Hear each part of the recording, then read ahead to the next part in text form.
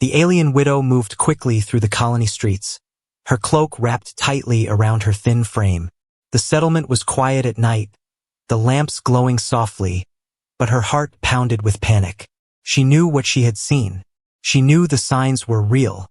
Yet every time she tried to speak, they laughed at her, or worse, ignored her as if she were nothing. She stopped in the middle of the square where people gathered, her strange eyes shining in the dim light. "Listen to me," she begged, her voice shaking. "Something is wrong in the ground. I can feel it. They are near. They will come for all of us if we do not prepare." A man carrying tools spat on the dirt and shook his head. "There she goes again. Don't waste your ears on her nonsense." He pulled his friend away before the widow could reach them. A mother clutching her child walked past. The widow stretched out her hand desperately, but the mother pulled her child closer. "Stay away from her. She's mad. Don't listen." The widow's throat tightened, but she kept speaking. She had already lost her husband to the same danger once before. His warnings had been ignored too, and when he died, the people said he was foolish. Now she carried both her grief and his truth, but no one cared. She went to the trading post, where men sat drinking and laughing. She dropped to her knees before them, her voice breaking. "You must believe me. The ground shakes at night. The animals vanish. I have seen shapes moving where there should be none. This is not a dream. This is not madness. Please, listen before it is too late." One of the men leaned back in his chair, smirking. "Every month, another story. Last time you said ghosts. Before that, you said monsters in the forest. Always fear, always tears. Enough." He turned to the others, who laughed loudly. "Her grief has rotted her brain. She is a widow alone, and madness is her only company." Her chest hurt as if the words cut her open. Still, she reached forward, clutching the man's boot. "I beg you. My husband tried to warn you before he died. I saw what he saw. They are close now. They are." She did not finish. Two guards stepped forward and seized her arms. She screamed, twisting, but they held her tight. The crowd gathered, eager for a cruel show. Some threw small stones, some shouted insults. "Crazy! Liar! Make her stop!" The guards shoved her to the ground. One of them grabbed a rough sack used for grain and forced it over her head. She cried out, her voice muffled by the cloth. The rope tied around her neck cut against her skin, the smell of dust filling her lungs. She kicked weakly, but the laughter only grew louder. The colony's leader, standing nearby, raised his hand. "Take her away. Let her sit in silence. Maybe hunger will teach her what words cannot." His voice was cold, sharp like metal. The guards dragged her across the dirt paths, past the huts, past the watchtowers, until the lights of the colony faded behind them. They dumped her near the barren edge of the fields, where the soil cracked like broken glass. There, they left her with the sack still covering her head. One of the guards spat near her feet before walking back. The widow lay in the dust, her body trembling. She tried to pull at the rope, but her fingers were too weak. Her breathing grew fast inside the sack, the heat pressing down on her. She whispered to herself, trying not to break. "I am not mad. I am not mad. They are real." She thought of her husband, his last words before the danger took him. He had told her to keep warning the others, even if they never believed. "One day," he said, "they will see the truth. Do not stop." Now she had carried that promise for so long, but it only brought her pain. The night grew colder. Above her, the stars shone bright, far away and uncaring. Behind her, the colony grew quiet as people slept, never once thinking of the woman they left to starve. And beneath her, the earth trembled. It was faint, like a heartbeat deep underground. She felt it through her chest, through her bones. She was not wrong. She had never been wrong. The danger was there, waiting, patient. Tears slid down her cheeks under the sack. "When it comes," she whispered, "they will remember me, but it will be too late." She curled into herself, her body frail, but her mind alive with terror. She hoped that maybe, just maybe, One soul in the colony had heard her words and held them close. If not, then all of them would pay the price. The wind blew across the barren land, carrying her muffled cries into the darkness. The colony thought they had silenced her, but the truth she carried could not be silenced. It was already rising from the ground, and soon, no one would be able to laugh. The colony woke with the rising sun, unaware that danger already stirred beneath their feet. The night's cruelty, the sack on the widow's head, her cries in the dust, was forgotten by most. Farmers carried tools to the fields, children ran between huts, and traders opened their stalls. Life went on, as if her warnings were nothing more than foolish noise in the wind. But small signs began to appear.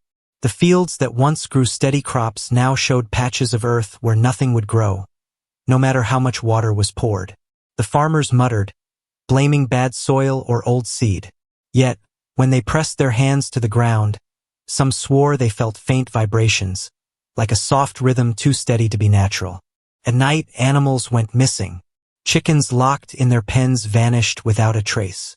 A goat tied with rope disappeared. The rope still nodded as if it had been cut by something sharp. Some laughed, saying thieves were to blame, but no tracks were ever found. Dogs howled at shadows, refusing to go near the barren fields where the widow had been left. Whispers spread among the children first.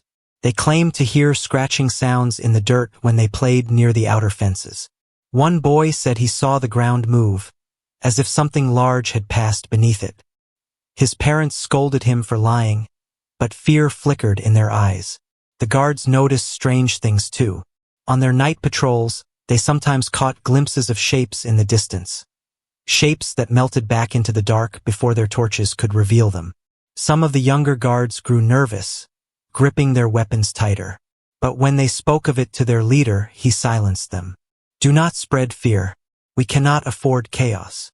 The leader's voice was firm, but even he could not ignore the unease that was spreading like smoke through the colony. People whispered at night, locking their doors earlier than usual. They laughed less in the square. Yet no one dared admit aloud that maybe, just maybe, the widow's words had carried truth. Meanwhile, the widow lay weak where they had abandoned her. The sack still covered her face, though she had managed to loosen the rope enough to breathe more easily. Hunger clawed at her stomach, and thirst burned her throat. But worse than all of that was the sound. Every night, when the colony slept, she heard it clearly. A deep rumble, faint but steady, like the earth itself breathing. Sometimes she felt the soil shift beneath her as if something vast was crawling just below. She whispered into the sack, begging the night to carry her warning back to the people who had left her. They are coming, she murmured again and again. They are coming for you all. One evening, as the sun dipped below the horizon, a young farmer walked near the barren field.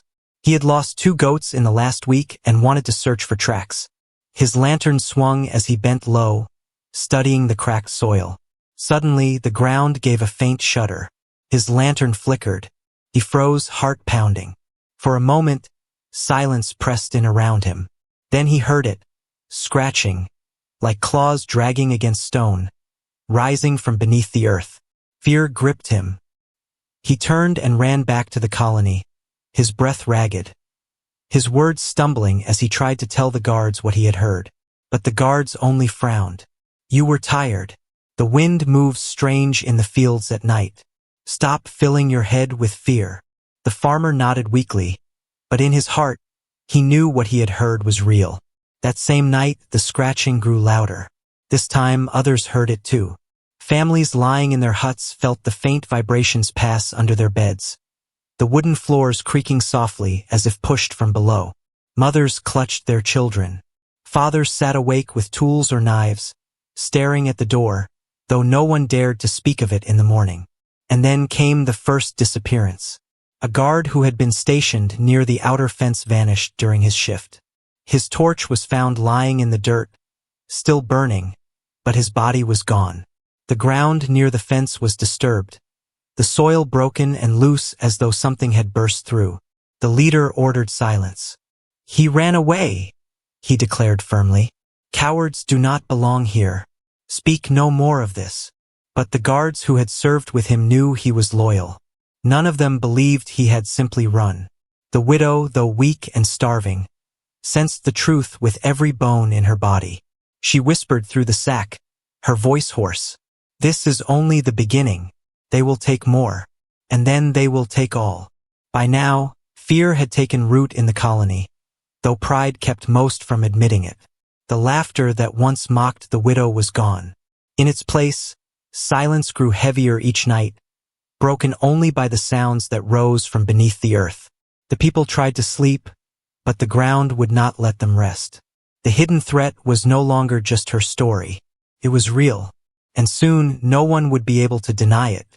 The colony grew quieter with every passing night. Laughter that once filled the square now sounded forced, like a mask hiding fear. Families no longer lingered outside after sunset. Doors were bolted, windows shuttered, and lamps burned late into the night. People whispered of missing animals, of the guard who vanished, and of the scratching beneath the ground. Yet still they refused to admit what they all knew, that the widow's warnings were coming true. But among them was one man who could not silence the voice in his head. He was young, not yet hardened by years of pride like the others. He had watched the way the guards dragged the widow, how they forced the sack over her head while the crowd laughed. At the time, he had stood silent, uneasy but afraid to speak. Now, with every strange sound in the soil, guilt gnawed at him. He could not shake the memory of her desperate eyes, the way her voice cracked as she begged them to listen. One night, while others locked their doors, he stood outside, staring toward the barren fields where they had left her. The wind carried faint whispers through the dry grass. He pressed his ear to the ground, and his stomach twisted. There it was again, that same steady rhythm, like something crawling deep below. He pulled back quickly, heart racing. The widow had been right all along.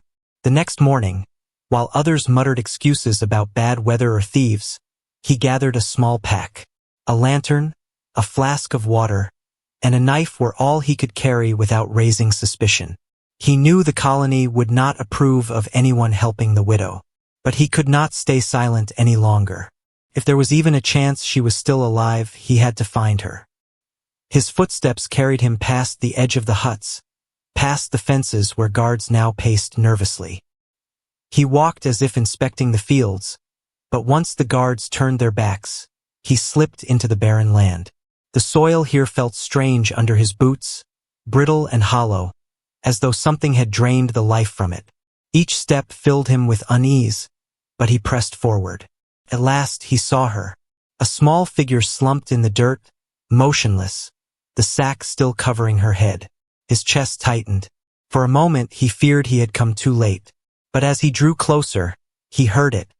Faint, broken breaths. She was alive, barely. He rushed to her side, kneeling in the dust. "It's me," he whispered, though she did not know his voice. With trembling hands, he untied the rope around her neck and pulled the sack away. Her face was pale, her lips cracked, her strange alien markings dull from hunger. Her eyes fluttered open, weak but still burning with that same desperate truth. For a long moment, they just stared at each other. Then she whispered, her voice dry like sand. "They are here." He lifted the flask to her lips, letting her drink. She coughed, but the water gave her strength enough to speak again. "You must listen now. Beneath the soil they dig, they wait. They will come soon. The colony is not ready." Her words chilled him. He wanted to deny it, to cling to the belief that the colony was safe. But he could not.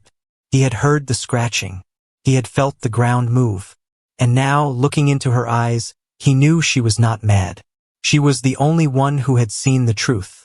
"I believe you," he said quietly. Tears welled in her eyes, though she was too weak to cry. No one else ever did. He glanced back toward the colony. The huts stood in neat lines, their lamps flickering. Inside, families slept or argued, pretending everything was normal. But the ground beneath them was not normal. It was alive. "We need to go back," he said firmly. "They must hear you now. They must prepare." The widow shook her head, trembling. "They will not listen." They will call me crazy again. They will throw me out once more. But you are human. They will hear you. The weight of her words pressed on his shoulders. He was only one man, young and untested. The leaders dismissed him often, just as they dismissed her. But he could not turn away now. Not after all she had suffered. Then I will speak for both of us, he promised. As he helped her to her feet, the ground beneath them gave a sudden shudder. Both froze, staring at the soil. A faint crack split the surface a few paces away, dust rising as if something pressed upward from below. The sound of scraping filled the air, closer than ever before. Fear clutched at him, but he tightened his grip on the widow's arm.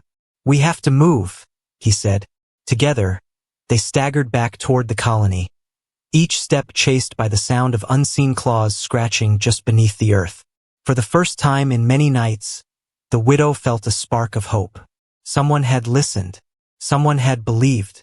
But even as she leaned on him for strength, she knew the real test was still to come. The colony had mocked her for so long. Would they open their eyes before the creatures burst through the ground? Or would pride blind them until the end? The young man did not know the answer. He only knew one thing. The widow's warning could no longer be ignored. The young man half carried the widow back toward the edge of the colony. Her steps were slow, her body weak from days of hunger and thirst, yet her eyes remained sharp with fear. She kept glancing over her shoulder, as though expecting the ground itself to rise up and swallow them both. The lamps of the colony flickered in the distance. He felt relief as the fences came into view, but that comfort did not last. The guards at the gate spotted them and raised their weapons. You! One of them barked. What are you doing with her? She was cast out. Leave her. The young man stood firm. She's dying. She needs water, food, and shelter. And you all need to hear her. The ground is moving. I felt it with my own hands. The guards exchanged uneasy glances. One laughed, but his voice wavered. First she spreads madness, and now you? Go back before you find yourself in chains. The widow raised her head, her voice faint but cutting through the night. You fools! You lock your doors, yet you hear the scratching. You lose your animals, yet you call it thieves. You watch your men vanish, yet you call them cowards. Must you wait until the earth opens beneath your very homes before you see the truth? Her words silenced them. Fear flickered in their eyes, though pride still held their tongues. The young man pushed past them, supporting her fragile frame. Some protested, but none dared touch her this time. Even in weakness, there was something unshakable about her presence. Inside the colony, people gathered quickly. The sight of the widow returning with the sack gone from her head stirred whispers. Some gasped, others scowled. Children clung to their parents. The young man guided her to the square, where the leaders stood watching with hard faces. The colony's leader stepped forward, his voice sharp. You dare bring her back here? After all the lies, after all the chaos she has sown? Take her out again before she poisons more minds. The young man's jaw tightened. He had never spoken against the leader before, but the memory of the cracking ground and the unseen claws gave him courage. No, she was right. I heard it myself. The earth moves at night. Something is beneath us. If we don't prepare, it will destroy us all. The crowd murmured, uneasy. Some nodded, recalling the strange tremors in their homes. Others shook their heads, unwilling to admit their fear. The leader raised his hand for silence. You are young, he said coldly. Your mind bends too easily. Do not spread panic. There is nothing beneath us but soil and stone. The widow, weak but determined, forced herself to stand without the young man's support. Her body swayed, but her voice carried strong across the square. I have lived with your cruelty, your laughter, your sacks and ropes. Still, I do not hate you. Still, I warn you. My husband died because you would not believe him. Do not let the same fate fall on all of you. Her words struck deep, though the leader's face remained stone. But the people, the farmers, the guards, the mothers, shifted uneasily. They had all heard the noises. They had all felt the vibrations. The missing guard's torch burned in their memory. One farmer finally stepped forward. "My goats are gone. The ropes were cut clean, not by human hands. She speaks the truth." Another guard spoke, voice low. "On my watch, the ground shook. I thought it was my imagination, but now—" He trailed off, shame on his face. The murmurs grew louder, spreading like fire. For the first time, the widow's voice had not been swallowed by laughter. For the first time, some listened. But then, as if to prove her words, the ground itself trembled. The lamps shook, and dust drifted from the rooftops. Gasps filled the air as a deep, grinding sound rolled beneath their feet. The widow's eyes widened. "It begins," she whispered. The people screamed, rushing for their homes. The leader barked orders, but his voice was lost in the chaos. The earth quaked again, stronger this time. The square split with a jagged crack, sending a shudder through the colony. The young man grabbed the widow's arm, holding her steady. "What are they?" he demanded. She looked into his eyes, her voice low and heavy. "They are the feeders. They live in darkness. They come when the ground is weak and the people are blind. They devour everything in their path." Her words chilled him to the bone. "Then tell me how to stop them." The widow closed her eyes, drawing strength from somewhere deep within. When she opened them again, they blazed with the fire of survival. "I know their ways. I know where they will strike. But I cannot save this colony alone. If you stand with me, if you make them stand with me, there may still be a chance." The young man nodded without hesitation. "Then I will fight with you." The widow sagged against him, exhausted but alive with purpose. For the first time in years, she was not alone. For the first time since her husband's death, someone had chosen to believe. But even as hope flickered between them, the ground shuddered once more, harder than before. The air filled with the sound of claws scratching upward, hungry and relentless. The widow's fate was now tied not only to her warnings but to the courage of the human who had chosen to listen. The night of truth had begun. The ground shook again, harder than before. The sound of wood cracking filled the air as fences splintered and huts rattled. The colony erupted in panic. Mothers clutched their children, men grabbed tools and weapons, and the guards ran in every direction, their torches shaking wildly in the dark. Dust rose from the ground like smoke, and with it came a sound none had ever heard before. A deep, grinding roar that seemed to crawl through their bones. The widow stood in the square, leaning on the young man for support, her voice sharp despite her weakness. "They are here. I told you. You must fight or you will all be taken." But fear was stronger than reason. Many turned to run, scattering toward the huts, their screams breaking the night. The leader shouted for order, but his commands carried no weight now. The people had seen the earth split before their eyes, and no man's voice could cover the terror of what was rising. The young man tightened his grip on his knife. He looked to the widow, his eyes fierce. "Tell me what to do." She pointed toward the cracked soil at the edge of the square. "They dig first. They weaken the ground until it breaks. Stay clear of the cracks. They will rise from there." As if answering her words, the soil burst open. A spray of dirt filled the air, and from the blackness beneath came a shape, long, segmented, with glistening claws that scraped against stone. Its body shimmered in the torchlight, slick and armored, its many eyes reflecting the fear of the humans around it. The people gasped as the creature pulled itself free, its mandibles clicking hungrily. Another crack split open beside it, then another. More creatures crawled out, their bodies writhing, their claws striking the earth with sharp metallic sounds. Their movements were fast, unnatural, like shadows given flesh. The colony had laughed at the widow, but now her warnings towered over them in the form of monsters they had never imagined. The first guard to face them raised his spear and charged. His cry of courage rang out, but it was cut short. The creature moved faster than any man could, striking with its claws. His body fell limp, dragged into the soil before anyone could react. A scream tore through the crowd. The young man's heart pounded, but he held his ground. The widow pulled herself upright, her voice rising. Fire. They fear fire. Torches, oil, anything that burns. Use it. The words sparked movement. A few colonists grabbed burning torches from their posts and thrust them toward the creatures. The beasts hissed, their bodies jerking back as flames licked at their armor. One creature reared, shrieking in a high-pitched screech that pierced the night. For the first time, the humans saw a weakness. The young man grabbed a torch from the nearest guard and thrust it forward, the flames brushing against the nearest beast. It recoiled, its claws thrashing at the ground, but it did not advance. Hope flickered in his chest. Keep the fire close, the widow urged. But do not stand alone. They hunt the weak.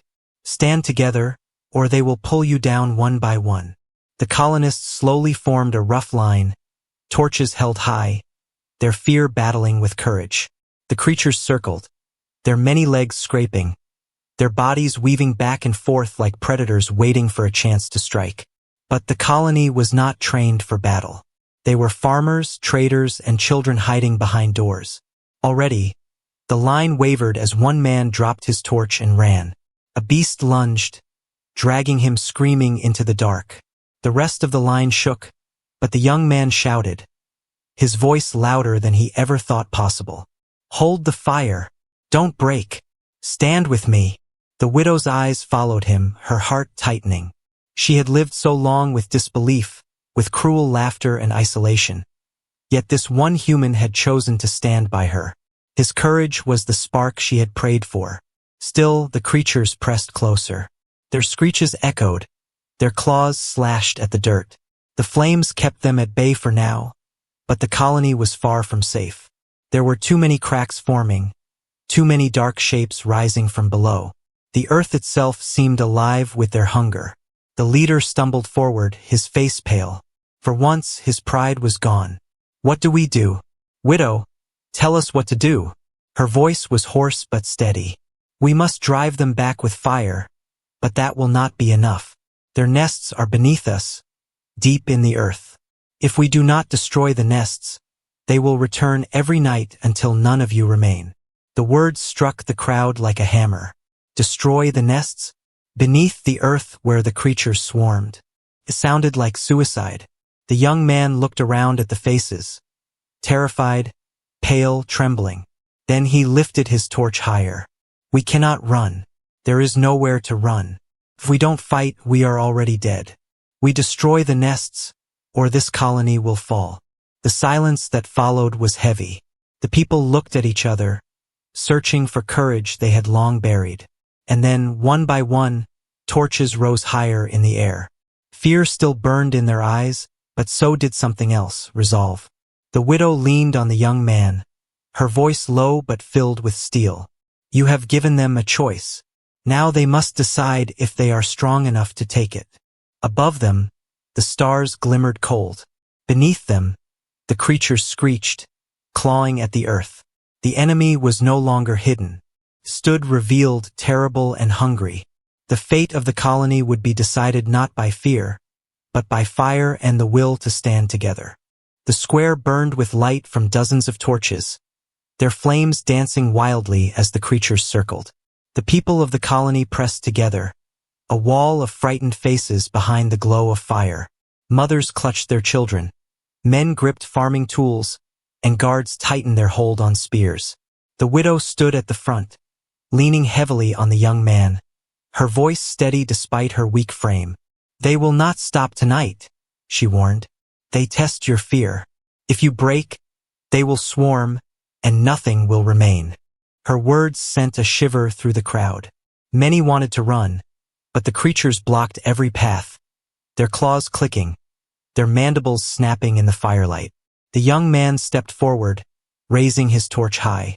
His face was pale, but his voice was clear. Listen to her, he said.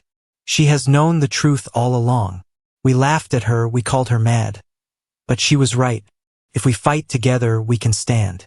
If we run, we die. The silence that followed was broken by the hiss of the creatures. Then, slowly, voices rose from the crowd. A guard banged his spear on the ground, shouting, Stand together! A farmer raised his torch higher. Others echoed the cry until the air shook with it. The creatures lunged, testing the line. Claws struck against spears, mandibles snapped at shields. One beast reared up, taller than a man, but flames drove it back, its shriek splitting the night. The humans held, their line wavering but unbroken. The widow's eyes narrowed. This is only the beginning. They will not retreat unless we strike back. Fire alone will hold them, but to win, you must bring the fire to their nest. The leader, once proud and blind, now trembled. The nest? Beneath the earth? That is death. No, the young man answered. It is life. If we destroy their nest, we destroy their hold over us. If we wait, they will return every night until we are gone. The widow nodded. He speaks the truth. It must be done. A plan formed quickly, desperate and raw. The guards gathered oil jars from the storehouse. Farmers fetched pitch and cloth. They tied rags to sticks, making crude torches. Buckets were filled with burning oil, heavy but ready to be poured into the cracks. The creatures screeched, sensing the humans' growing courage. They struck again, one darting forward to drag a colonist from the line. The young man leapt, thrusting his torch into its face. The beast shrieked and twisted back, releasing its prey. The crowd roared, emboldened. Together they pushed forward. Torches thrust outward, oil splashed on the soil, flames licking along the cracks. The creatures recoiled, their armored bodies hissing in the heat. For the first time, the colony advanced instead of retreating.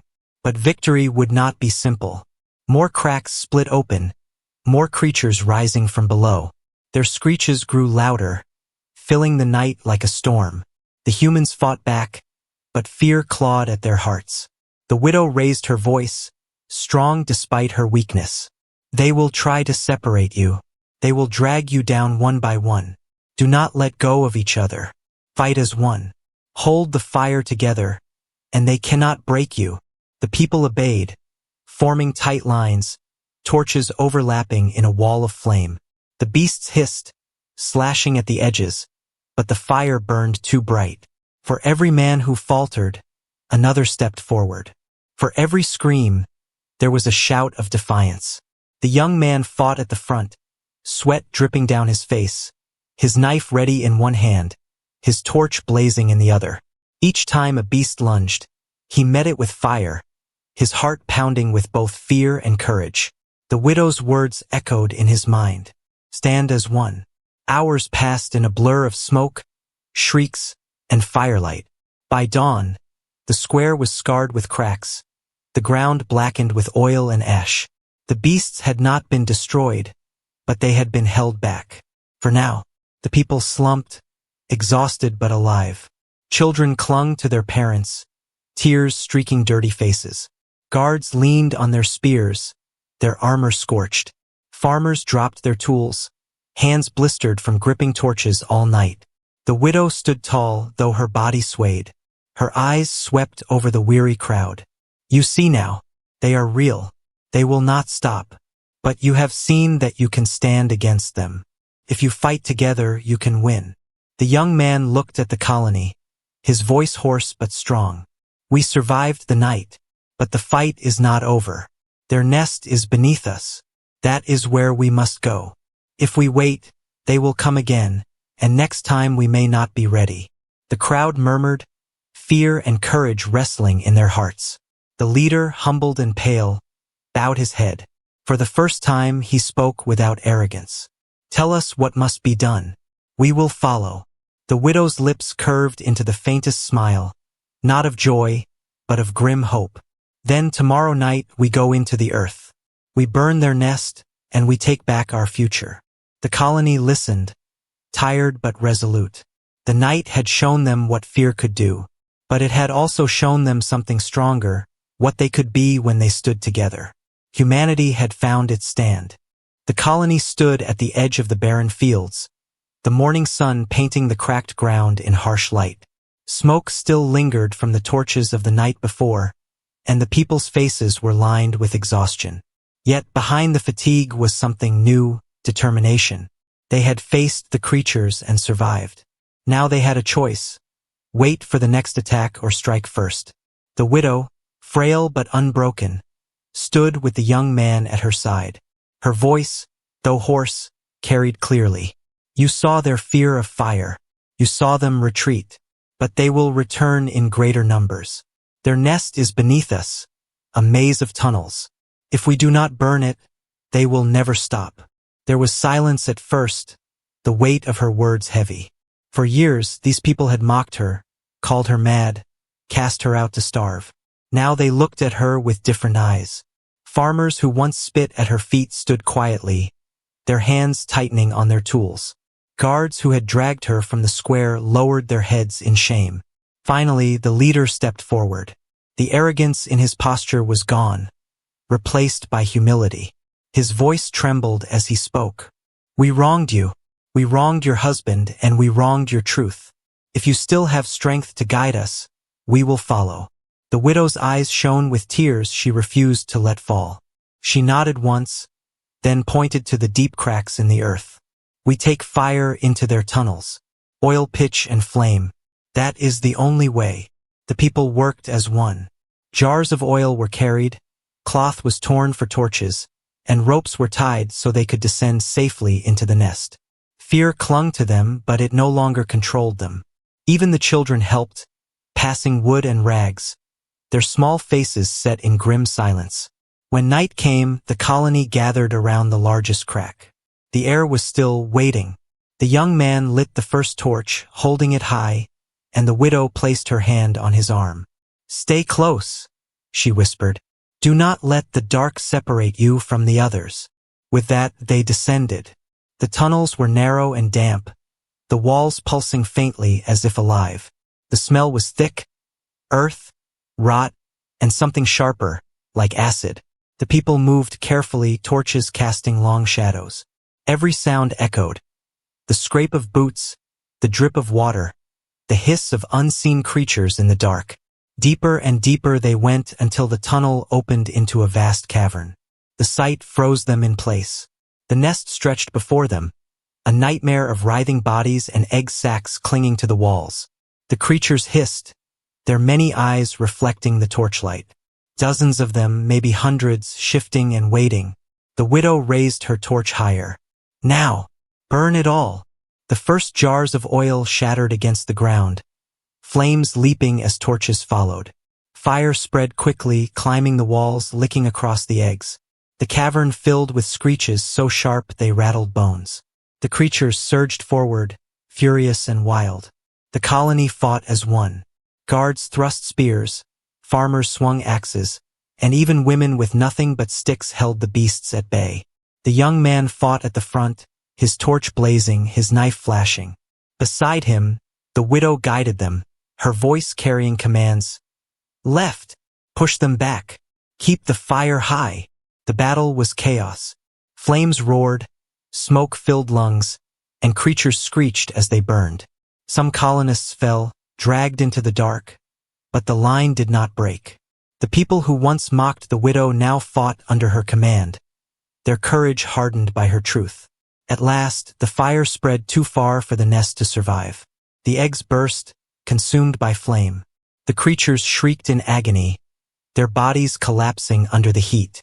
The cavern trembled as the tunnels began to fall, stone cracking and soil raining from above. Out! The widow cried. Run! They scrambled back through the tunnels, fire chasing them, smoke biting their throats. The young man supported the widow as they climbed the ropes, the ground shaking beneath their feet. One by one, the colonists emerged into the night air, coughing, eyes watering, but alive. Moments later, the ground rumbled. The cavern collapsed with a thunderous roar, the earth swallowing itself. Flames burst through the cracks before fading, leaving only smoke and silence. The nest was gone. The colony stood in stunned quiet. The fields were blackened, the soil broken, but the threat was ended. Slowly, all eyes turned to the widow. She swayed on her feet, her face pale with exhaustion, but her gaze was steady. The leader stepped forward and knelt before her, his voice shaking. We called you mad. We left you to die. Yet you saved us all. We owe you our lives." Others followed, bowing their heads, some weeping, some whispering apologies. For the first time since her husband's death, the widow was no longer alone. The young man placed a hand on her shoulder. "You carried the truth when no one would listen. Tonight, we all live because of you." The widow's lips trembled, and at last, a single tear fell, not of sorrow, but of release. Her husband's warning had been honored, her voice had been heard, and her people, though cruel before, had finally given her the respect she deserved. As the first light of dawn touched the horizon, the colony stood together, united by fire and survival. The creatures were gone, their nest destroyed, but the memory of the widow's fate would not fade. From that day forward, her story was no longer of madness, but of courage. She was the widow who warned them, and at last they believed.